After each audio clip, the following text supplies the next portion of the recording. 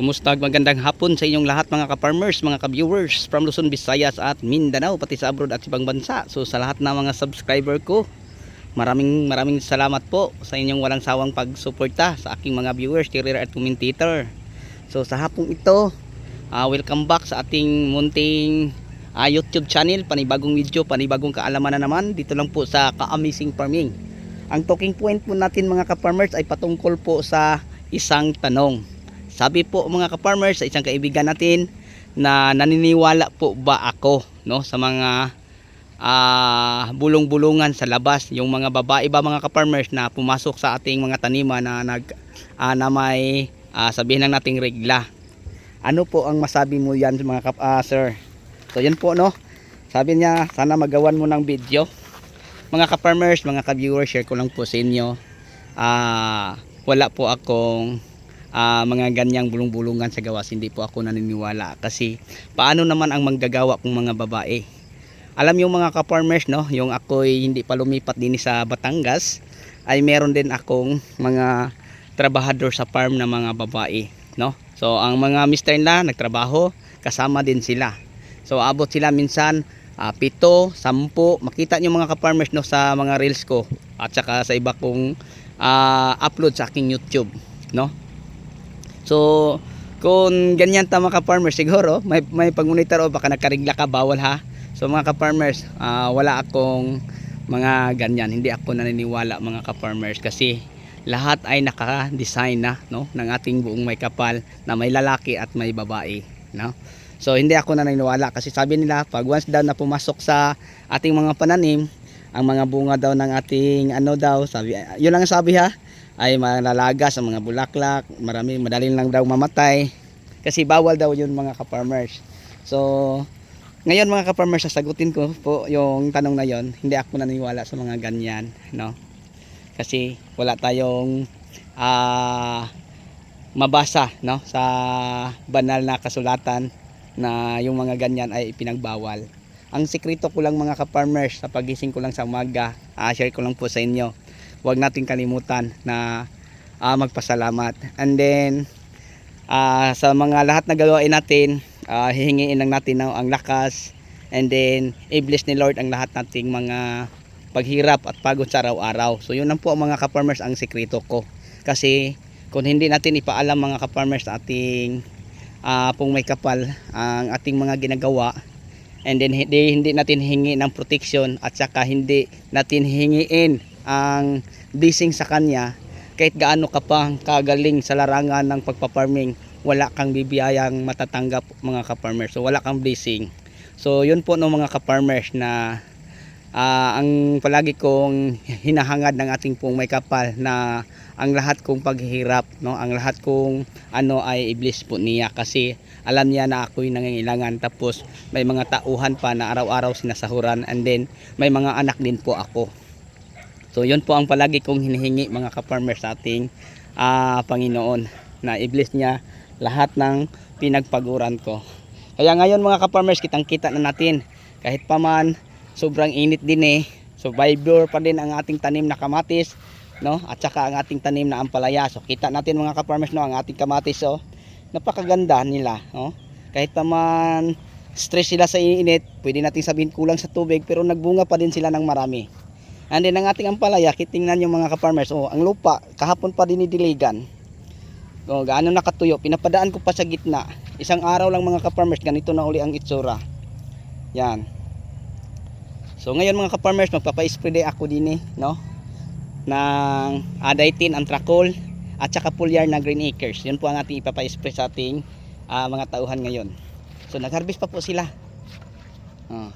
So tingnan natin payat ang ating kamatis, pero ang bunga mga ka-farmers yan, kung bibilangin natin abot na to ng tag 30-40 ata siguro dami bunga ito bilangin natin isa, 5, dini 5, 10, dini 5, may isa 16, dini 4, 20, 25, 27, 30, kabila 3, 33, 36, 38, may 3 sa baba 41, may 4, 45, 46 pala mga ka-farmers, daming bunga.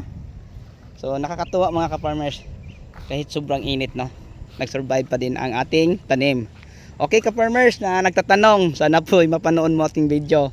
Hindi ako mananiwala sa mga bulong-bulungan na yung mga babae na yung mga binuwalan tapos pumasok sa farm.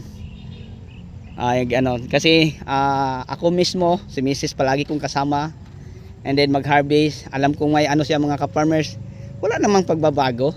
Kung ano lang mga ka-farmers, kulang ka lang sa protection sa tanim mo, baka ganyan. So kung halimbawa ay puro lalaki, di ba? Ang iba puro lalaki, bakit may mga ganyan pa din? Nagtanong sa atin, bigla lang na ganyan. So mga ka-farmers, kung may panibago sa mga tanim nyo, biglang nalalagas ang mga bulaklak, baka yung content na ginagawa natin kana umaga, baka yun ang ginagawa nyo, yung mga mali na palagi ninyong ginagawa sa mga pananim nyo, baka yun ang dahilan mga ka-farmers. Kasi hindi pa natin nagawa ng content, no, na ang content nating pagkakamali sa mga paggamit ng mga pestisidyo ay yun po ang sanhi, no, sa pagkalagas ng mga bulaklak sa ating mga pananim. So hindi pa natin nagawan, kaya gawaan natin yan mga ka-farmers, no. So abangan nyo lang, gawa tayo ng video patungkol dyan. So yun lang siguro ang gawan ko ng sagot o video, yung tanong. Kasi sabi niya, para nag-ano ako mga ka-farmers, kasi may mga tauhan ako din. Ang tanim daw niya ay talong 2 hektarya, may kasunod pang 2. So may ano daw siya, mga 7 babae. Sabi ko sa kanya, ako nagkakaroon din ganyan, yung mga asawa ng mga tauhan ko sa amin, no, mga babae dito, 2 lang sila. And then ang 12 ay lalaki. So ang kasama sa kanilang mister, and then si Mrs., no.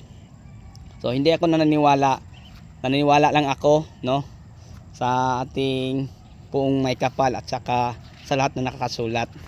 Kasi mga ka-farmers, mga ka-viewers, alam ko na may Diyos na nakakaalam na ako po'y nangangailangan, no, sa mga material na bagay. Kaya lahat mga ka-farmers na ginagawa ko ay naano ko po, no, ng ating pong may kapal, pinagdasal ko. Yun lang po. So yung ampalaya natin may mga pa isa-isang malalaki na pwede nating i-harvest. Tingnan niyo mga ka-farmers, kahit simi yan, ito malaki, good. Kailangan nanto siyang linisin mga ka-farmers. Dito sa taas,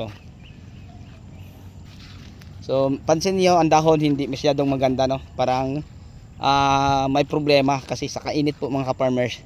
Dapat ang kamatis ay nasa mga 28 hanggang 30 degrees lang, pero aabot ng 36, 38 pa mga ka-farmers. So sobra na.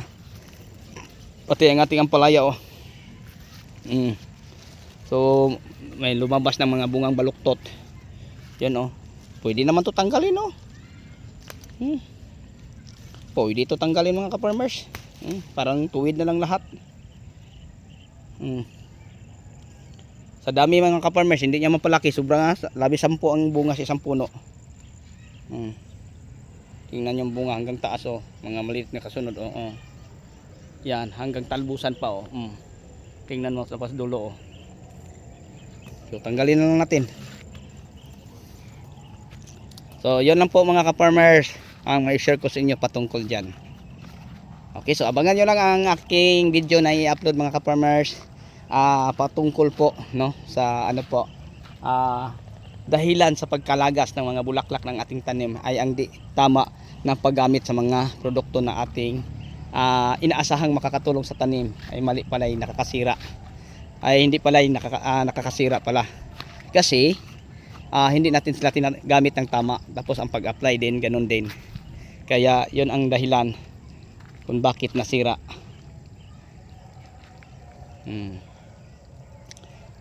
So kahit saan tayo lumingon mga ka-farmers, ang bilis lang naka-recover ang ating tanim, no. Sobrang verde nila. Ay ang ating kamatis naman parang medyo dilaw dahil po sa bulaklak mga ka-farmers na marami sa bandang talbos, kaya nga medyo madilaw.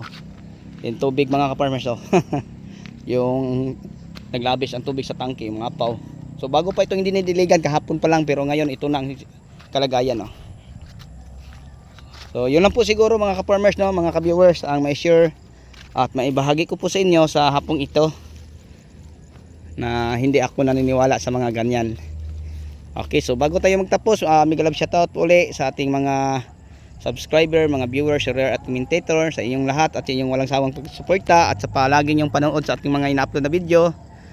Mga ka-farmers, happy watching, and God bless at mabuhay po tayong lahat. Thank you po.